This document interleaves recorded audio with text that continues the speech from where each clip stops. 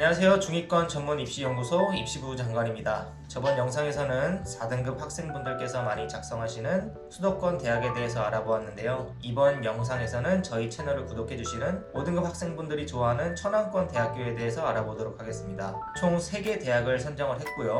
물론 통계적으로 몇 분이 지원하신다는 것은 아니지만 제가 지금까지 5등급 학생분들을 대상으로 컨설팅을 하면서 항상 많이 문의를 주시는 대학들을 위주로 선정을 해봤습니다. 자, 5등급 학생분들이 좋아하는 첫 번째 대학은 바로 남서울대학교입니다. 남서울대학교는 수도권에 인접한 천왕권 대학이다 보니 수도권을 생각하시는 분들께서 가장 먼저 관심을 가지시는 대학이기도 한데요. 특이점으로는 교과 면접 전형 중 면접을 진행함에 있어서 일반적인 형태의 면접 전형이 아닌 비대면 영상 업로드를 통해 면접이 진행된다는 점입니다. 자, 그러면 면접에 좀 부담이 줄어들겠죠. 그래서 저는 면접에 부담이 있지만 교과 전형보다는 잘 가고 싶은 욕심이 있는 학생분들에게 남서울대학교를 주로 추천하는 편입니다. 자, 남서울대학교는 학생부 교과 일반 그리고 학생부 교과 면접으로 교과 전형을 분리해서 모집을 하고 있습니다. 또 학생부 종합 전형에서도 마찬가지인데요. 학생부 종합 전형이 서류 전형과 면접 전형이 있습니다. 다만 다른 점은 교과 전형에서는 한 개의 학과에서 2개의 전형으로 뽑는다면 학생부 종합 전형은 어떤 학과는 서류 전형 그리고 또 어떤 학과는 면접 전형으로 모집한다는 점입니다. 가볍게 각 전형의 특징을 알아보겠습니다. 일반 전형은 흔히 볼 수 있는 교과 전형으로 학년별 반영 비율로는 1학년 때 30,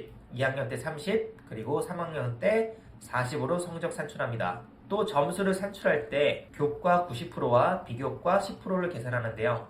이때 비교과 10%는 봉사 시간입니다. 각 점수는 모집 요강 확인 부탁드리겠습니다. 교과 면접 전형에서는 교과 성적 70%와 면접 30%인데요. 말씀드린 것 같이 비대면 영상 면접을 진행합니다. 그 다음으로 학생부 종합 전형에서 서류형에서는 서류평가를 100%로 진행하는데요. 경쟁률이 좀 낮은 편이지만 학과에 따라서는 높은 경우도 있습니다. 면접형은 스포츠 계열의 학과나 치위생 학과 이런 비슷한 보건 계열 학과 위주로 진행합니다. 1단계에서는 6배수로 면접의 경쟁률이 좀 치열한 편입니다. 그럼 이제 성적을 확인해 보겠습니다. 일반 전형에서는 평균 등급은 대략 4등급대 학생분들이 많습니다. 그러나 최저 등급에서는 6등급 때까지도 합격이 되는 경우가 종종 있습니다. 참고로 이 학생부 등급은 학기당 교과별 상위 3과목씩 총 15과목을 반영합니다. 아무래도 일반적인 평균 등급보다는 확실히 높게 산출이 되겠죠. 그러니 5등급 학생분들은 학과에 따라서는 안정적으로 작성하거나 일부 학과에서는 적정 정도의 수준으로 많이 작성하는 대학 중 하나입니다. 자, 교과 면접 전형은 일반 전형에 비해서 확실히 평균 내신 등급이 전반적으로 낮은 편입니다. 물론 내신이 낮다고 해서 교과 면접이 무조건적으로 유리한 것은 아니겠지만 아무래도 조금 더 기회가 많다는 것은 맞는 것 같습니다. 그러나 주어진 질문에 정확한 답변을 통해서 기대치 이상의 모습을 보여줘야겠죠. 대략적으로 평균 등급이 5점대 후반의 성적이라면 남서울대학교 성적을 한번 산출해보시고 지원해보시는 것도 추천해드리겠습니다.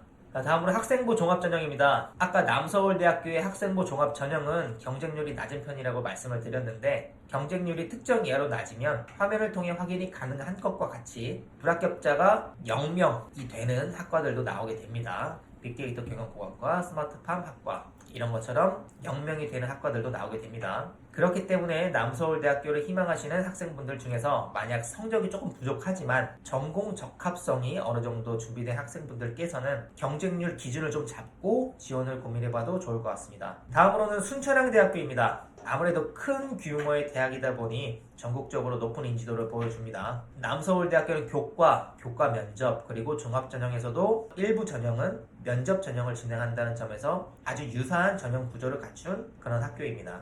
수시 전형을 보면 성적에 의해 선발되는 교과 우수자 전형과 면접을 포함하는 교과 면접 전형, 그리고 학생부 종합 전형의 서류형인 학생부 종합 일반 전형, 그리고 면접을 통해 소프트웨어 융합 인재를 선발하는 소프트웨어 융합 인재 전형이 있습니다. 각 전형의 특징을 알아보겠습니다. 교과 우수자 전형은 학생부 교과 100%로 90%인 남서울대학교와 차이가 있었고, 또 하나의 차이로는 수능 최저 학력 기준이 존재한다는 점입니다.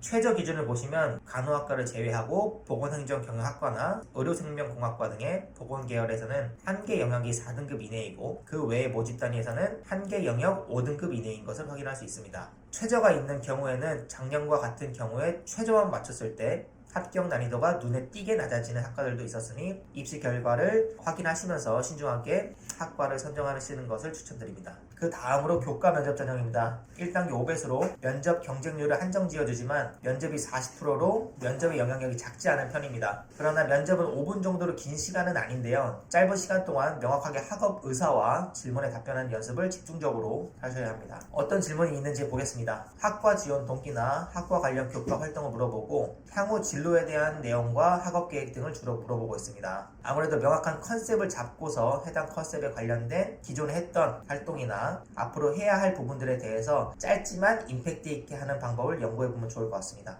학생부 종합 일반형에서는 서류평가 100%로 진행이 됩니다. 이때 학업 역량과 진로 역량만 해도 80%를 차지하게 될 정도로 해당 역량이 가장 중요해집니다. 물론 세특이나 창제를 중요하게 생각하고 있는 것도 맞지만 평가 정보로 교과목 이수 편제표를 제공하게 됩니다. 그러다 보면 본인이 관련 과목을 들으려 했는지 등에 대한 내용도 어느 정도 판단이 되겠죠. 이 점도 한 번쯤은 생각해 보셔야 하는 내용이라고 생각이 됩니다. 학생부 종합 소프트웨어 융합 전형은 모든 학과에 진행되는 것은 아니고 이 소프트웨어 계열 학과에서 소수의 인원만 모집합니다. 면접도 5배수로 뽑고 인원이 좀 적다 보니 내신 합격자 폭이 넓은 편입니다. 본인이 성적이 좀 낮지만 생활기록부와 면접에 좀 자신이 있다면 소프트웨어 융합 전형 작성해 보시는 것도 나쁘지는 않습니다. 그리고 순천향대학교 입시 결과를 확인해 보겠습니다. 순천향대학교 또한 반영 교과가 우수 3개 교과 전과목으로 성적이 평균 성적에 비해서 높아지는 편입니다. 물론 내신 산출을 정확히 해봐야 알겠지만 대략 5점대 초반 정도의 성적이 되시는 분들은 한번 산출을 해보시고 비교해 보시면 좋을 것 같습니다. 학생부 종합 전형에서는 확실히 합격자 평균 등급과 최저 등급의 폭이 굉장히 넓은 편입니다. 그리고 또 경쟁률도 결코 낮은 편은 아닌데 조금은 신중하게 고민해보시고 객관적으로 본인의 생기부를 판단하신 후에 종합전형에 지원해보셔야 좋을 것 같습니다. 자, 마지막으로 5등급대 학생분들이 또 좋아하는 호서대학교입니다. 호서대학교는 5등급대 학생분들이 정말 많이 쓰는 대학 중 한 곳인데 이 대학의 학과가 정말 많은 편이고 결코 규모 자체가 작지 않은 학교 중 하나입니다. 또 천안권에서는 인지도가 굉장히 높은 대학에 속하고 물론 학교의 인지도와 성적이 비례하는 것은 아니지만 꽤 많은 학생분들이 지원을 희망하십니다. 학교별로 천안캠, 아산캠으로 나눠져 있고 자세한 학과 구분은 학부 홈페이지를 참고해 보시면 좋을 것 같습니다.